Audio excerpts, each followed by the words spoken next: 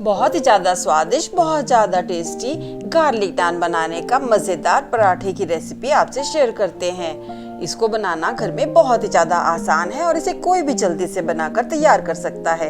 इसको बनाने में बिल्कुल भी समय नहीं लगता और है। सच मानिए फ्रेंड्स, जब हमने इसे घर में बनाकर तैयार किया तो सबने यही सोचा कि हमने रेस्टोरेंट से कुछ मंगाया है। बहुत ही ज़्यादा खाने में मज़ेदार, स्वादिष्ट सा बनकर ये तैयार हुआ है। और हमारे तोड़ने से तो आप समझ ही पा रहे होंगे कि कितने आराम से ये टूट रहा है और फिर ये कितना ही ज़्यादा लच्छेदार, मज़ेदार, मुंह में घुल जाने वाला बनकर तैयार हुआ है। और ऐसा पराठा आपने रोज तो बिल्कुल ही नहीं खाया होगा, और जब ये आप बनाएंगे तो हम आपको बिल्कुल ये कहना चाहेंगे फ्रेंड्स कि गारंटेड टेस्टी बनकर ये तैयार होगा। तो आप एक बार हमारे कहने पर जरूर बनाइएगा और फिर हर बार आप ये वाला पराठा इसी तरह से बनाकर खाना चाहेंगे। पर हमने सर्व कर दिया है मजेदार टेस्टी पनीर की सब्जी के साथ, जो कि हमने घर पर ही तैयार किया है। बहुत ज्यादा ये भी स्वादिष्ट बनकर तैयार हुई है। इस मजेदार टेस्टी गार्लिक बटर पराठे के साथ टेस्टी वाली सब्जी पनीर की खाकर सबने तो वाह वाह ही कहना शुरू कर दिया फ्रेंड्स।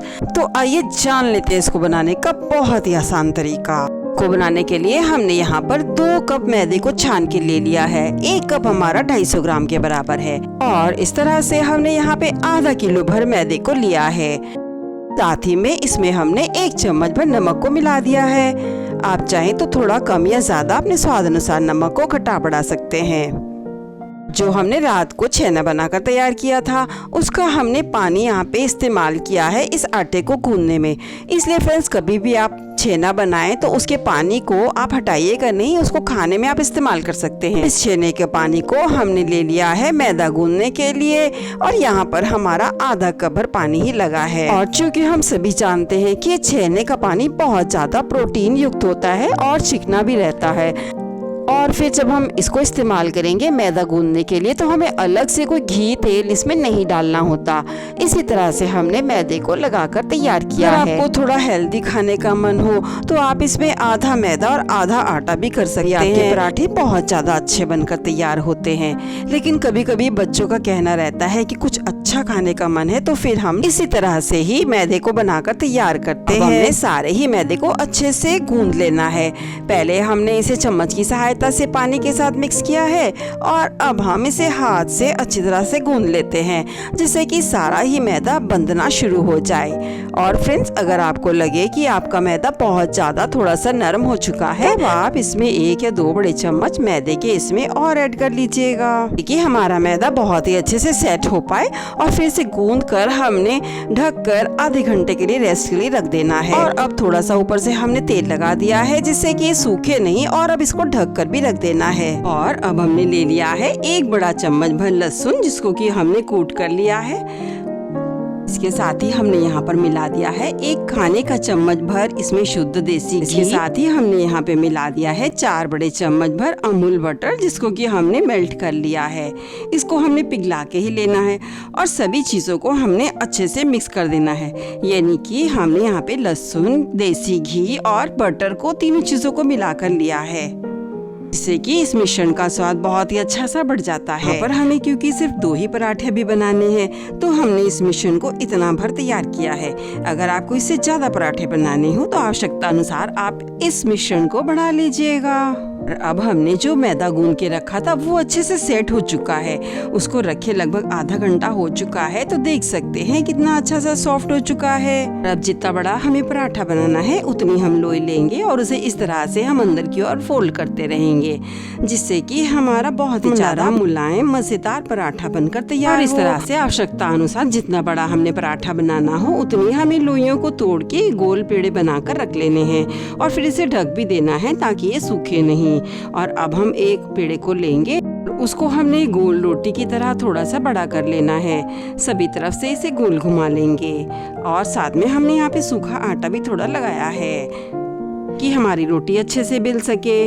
और अब हमने इस पे लगा दिया है तैयार मिश्रण, और इस मिश्रण को सारी ही बेली हुई रोटी पे हमने अच्छे से फैलाते हुए लगा देना है।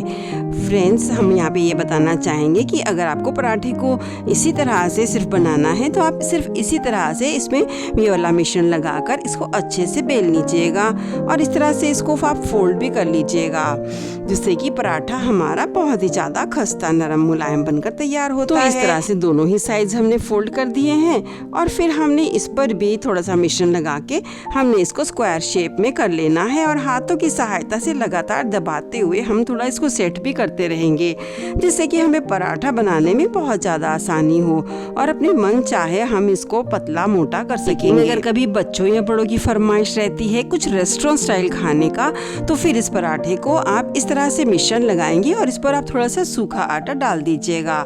सभी तरफ से चम्मच से अच्छे से घुमा देना है, जिससे कि सब तरफ सूखा आटा और ये मिश्रण अच्छे से फैल सके। और फिर हम यहाँ पर इस्तेमाल कर रहे हैं अमूल का डाइस चीज़। ये मोज़रेला चीज़ है।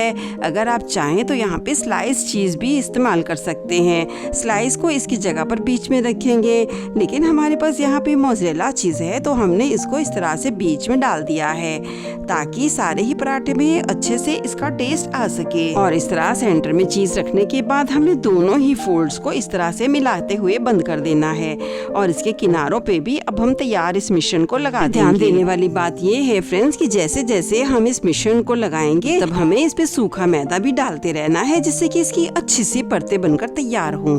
अब इस तरह से देख सकते हैं फ्रेंड्स कि हमने एक फोल्ड को कर दिया है, और इसी तरह से हम दूसरे फोल्ड को भी इस पे कर लेंगे, और इस तरह से हमारा स्क्वायर पराठा बनकर तैयार हो जाएगा।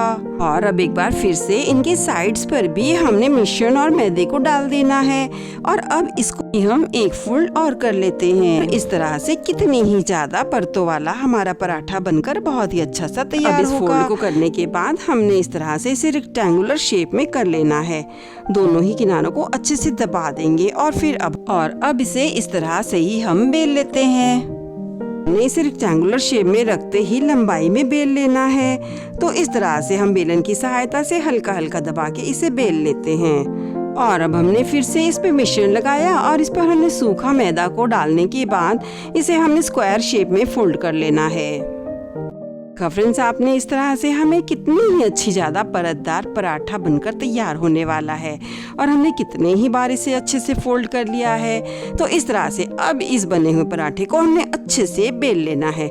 सभी तरफ से हमने इसे हाथ से चाहे बराबर करें, इस तरह से हमें घुमाते हुए सभी किनारों को थोड़ा थोड़ा पतला कर लेना है, जिससे कि ये मोटा बिल्कुल भी ना रहे। खाने में बहुत ज़्यादा स्वादिष्ट बनने वाला है। तरह से सूखा मैदा हम इसको डस्ट करते करते सारा ही पराठा बेलकर तैयार कर लेंगे। अभी लगे कि आपको कोई किनारा इसका मोटा लग रहा है, उंगलियों की सहायता से ही थोड़ा सा इसे दबाते हुए बड़े आराम से ये बराबर हो जाता है। तो अपने मनपसंद आकार का मोटा पतला इसे आप बना सकते हैं, और ये आराम से ही बिलकर तैयार हो जाता है। और जब पराठा अच्छे से बिल चुका तो हम इसे गर्म तवे पर इस तरह से उठा के डाल देते हैं। तो हमने यहाँ पर इस तवे पे डाल दिया है, और पहली तरफ थोड़ा सा हम इसको सिकने का इंतजार करेंगे। हमें आंच को यहाँ पर मीडियम ही रखना होगा। आधी मिनट सिकने के बाद हमने इस पराठे को सावधानी से पलट देना है, ताकि इसमें दूसरा तरफ भी अच्छे से सिक पाए। और इस तरह से पहली तरफ सिकने के बाद हमने इस पे डाल दिया है शुद्ध देसी घी, और अब हम सारे ही पराठे को घुमाते हुए इसे हम दोनों ही तरफ से सुनहरा भूरा होने तक अच्छे से सेक लेंगे। थोड़ा थोड़ा सा दबाते हुए इस तरह सेकेंगे कि नीचे वाला तरफ अच्छे से सिक पाए।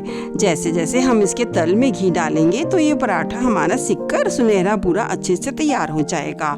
और थोड़ा सा घी हम ऊपर भी डालेंगे, जिससे कि दोनों ही तरफ अच्छे से सुनहरे भूरे होकर सिक सके। और इस तरह से लगभग 2-3 मिनट में हमारा पराठा अच्छे से सिककर तैयार हो जाता है। और जब आपको संतुष्टि हो कि आपका पराठा सभी तरफ से अच्छे से सिक चुका है, आप इसे निकाल लीजिएगा प्लेट में। और अब हमारा भी पराठा यहाँ पर सिककर तैयार हो चुका है। चम्मच की सहायता से सब तरफ से इसे अच्छे से हमने घुमा लिया है। अब हमारा बहुत ही ज्यादा स्वादिष्ट, नरम, मुलायम, मजेदार गार्लिक बटर पराठा बनकर तैयार हो चुका है। और अब हमने निकाल लिया है इसे प्लेट में। और इससे पहले कि ये ठंडा हो, गर्मा गर्म ही इसे हमने सर्व कर देना है, ताकि खाने वाले को भी इसे खाकर मजा ही आ जाए। हम इसे तोड़ के दिखा देते हैं। ये देखिए फ्रेंड्स, कितना ज़्यादा मज़ेदार नरम मुलायम तरीके से ये टूट रहा है। कितना अच्छा परतदार अंदर से ये बनकर तैयार हुआ है। इसके तोड़ने से आप समझ पा रहे होंगे, बहुत ज़्यादा परतदार नरम मुलायम मज़ेदार बनकर ये तैयार हुआ है।